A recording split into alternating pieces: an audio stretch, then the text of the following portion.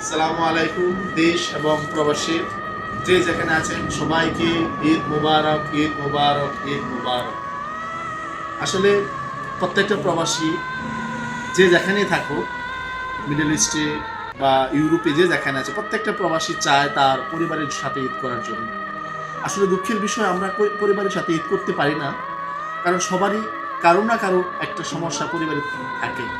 দেখেন, যারা আমরা প্রবাসে আছি, হয়তো আমাদের আর্থিক সমস্যা, নয়তো যে কোনো একটা না একটা সমস্যা থাকার কারণে প্রবাসী থাকে এবং সে পরিবারের সাথে ঈদ করার যেটা ইচ্ছুক থাকে, থাকার পরেও যেতে পারে না, তারই নাম প্রবাসী। দেখেন, প্রবাসীরা অনেক কষ্ট করে। আজকে একটা ঈদের দিন বাংলাদেশ, দেখেন আমার তো ইচ্ছা করছিল আমার স্ত্রী সন্তান নিয়ে ঈদ করবো, বা যারা এখানে প্রবাসে আছে, কাজ করতেছে, ওয়ার্কশপে কাজ করতেছে, তারা তো ইচ্ছা প্রকাশ করে যে আমিও দেশে সবার সাথে ঈদ করব। কেন সেই অতীতের কথা অনেক সময় মনে পড়ে যে এক সময় আমরা ঈদ করতাম, বন্ধু বান্ধব নিয়ে ঘোরাফেরা করতাম, যাইতাম, অনেক কিছু করতাম। সেই কথাগুলো ফিল হয়, মনে পড়ে, কিন্তু মনে পড়লেও সেই দুঃখগুলো একটা প্রবাসী দুঃখ বুকেই থেকে যায়।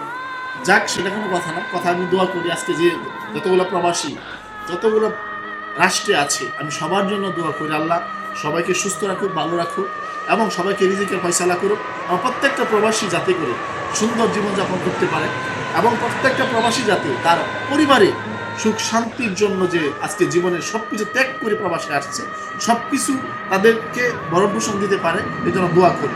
এর সাথে সাথে একটা কথা বলি, আমি কথা বাড়াবার সাথে একটা কথা বলবো, যারা বাংলাদেশে আছেন, আজকে প্রবাসীরা আপনাকে টাকা দিচ্ছে, একটা কথা মনে রাখবেন, সে সকালবেলা 4টার সময় ঘুম থেকে উঠে সন্ধ্যা 8টায় রুমে এসে সে মাস শেষে 30 দিন ডিউটি করার পর কেউ 30,000 টাকা, কেউ 20,000 টাকা, কেউ 50,000 টাকা, কেউ 60,000 টাকা, কেউ 1,00,000 টাকা কামায়।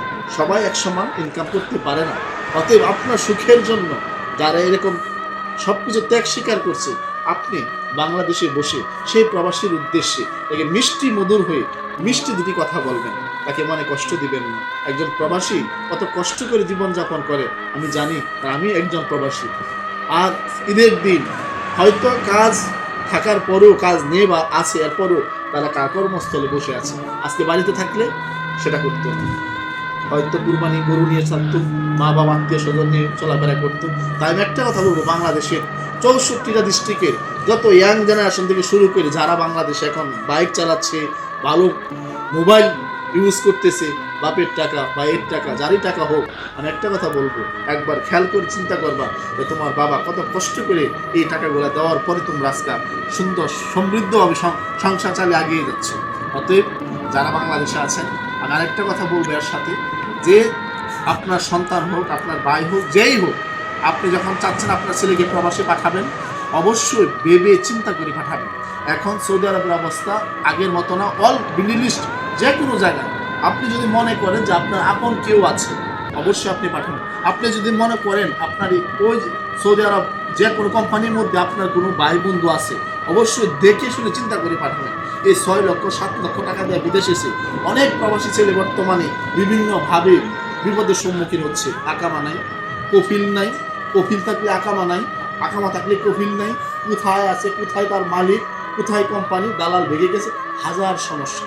অতএব আমি বলবো, আপনারা যারা বিদেশ আসবেন, যারা ইয়াং জেনারেশন, যারা বর্তমানে বিদেশ আসার জন্য প্রসেসিং বা বিদেশে আসার চেষ্টা করতেছেন, সবাই একবার ইনকোয়ারি করে দেখে শুনে বুঝে শুনে প্লিজ আপনারা আসবেন। আমি জানি, আমি বাঙালি ছেলে, একটা মানুষ মধ্যবিত্ত করে ফ্যামিলির সন্তান 6 লক্ষ টাকা ইনকাম করতে, 6 লক্ষ টাকা ম্যানেজ করতে, তার মার কানেরটা বিক্রি করে, সুদের টাকা আনি, গরু বিক্রি করে, জমি বিক্রি করে, সব শেষ করে, সব সম্বল শেষ করে দালালের হাতে টাকা দেয়। এরপরে সে বিদেশ আসে, আসার পরে কোম্পানি নাই, আসার পরে মালিক নাই, আসার পরে আকামা নাই, এদিকে চিৎকার ওইদিকে চিৎকার। প্লিজ বাংলার মানুষ, আমি শুধু একটা কথা বলবো, আপনার সন্তানকে আপনি অবশ্যই বিদেশ পাঠাবেন, কিন্তু দেখে শুনে বুঝে আপনার আত্মীয় স্বজন সবার সাথে কথা বলে আপনি বিদেশ পাঠাবেন। আমিও তো এখানে অনেক ছেলেমেয়ে এখানে আনছি, আমার সাথে কাজ করতেছে ইনশাআল্লাহ। এই জন্য যে কোনো কাজ, এটা আমার ব্যক্তিগত কথা আমি বলেছি, হয়তো কারো কাছে ভালো লাগতেও পারে, নাও লাগতে পারে, কিন্তু আমার ব্যক্তিগত, আমি দেশকে ভালোবাসি, দেশের মানুষকে ভালোবাসি, এই জন্য আমি কথাগুলো বললাম। যা করবেন আপনারা ভেবে চিন্তায় করবেন, এবং প্রত্যেকটা প্রবাসী এবং দেশের সব স্তরের মানুষকে আমি প্রবাসীর পক্ষ থেকে ঈদ মুবারক, ঈদ মুবারক, ঈদ মুবারক। সবাইকে ধন্যবাদ।